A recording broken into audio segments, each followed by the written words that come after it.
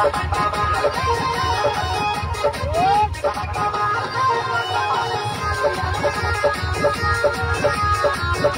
by Vikesh Bhojpuria.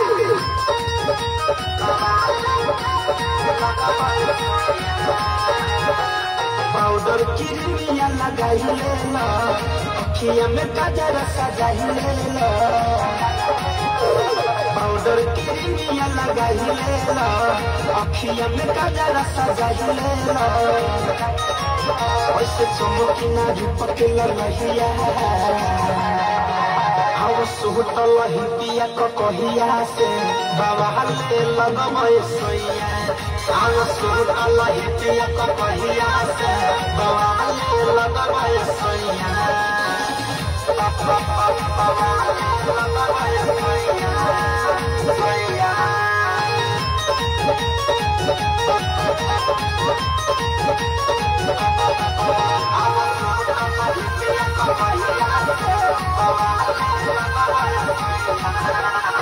चमकी लगब चानी लेखा, केहू पर जाई की खाओ।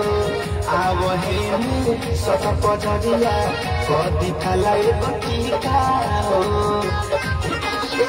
चमकी लगब चानी लेखा, केहू पर जाई की खाओ। आव हे सब पजरिया कदी खलाई बकी खाओ।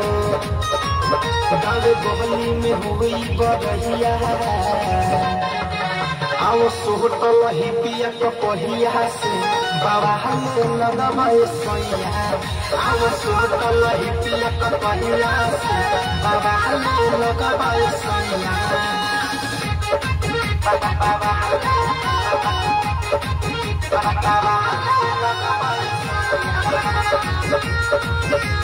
Music by Vikesh Bhojpuria.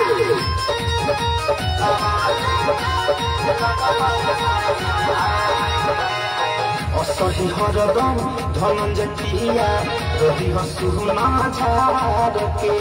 मिठू मिसाई के जैसे तोहरो बाबा रतन सवार के। असही हरदम धनंजय पिया रही हसुना झाड़ के। मिठू मिसाई के जैसे तोहरो बाबा रतन सवार के। जाई देखिला जाई पर छहिया, अब सोहट लहिया को कहिया से बाबा ले लगमय सोइया। अब सोहट लहिया को कहिया से बाबा ले लगमय सोइया। पाउडर किरमिया लगाई लेला, अखिया में काजर सजाई लेला। ऐसे चमकी ना रूप के ललहिया, हम सोहट लहिया को कहिया से बाबा ले लगमय सोइया।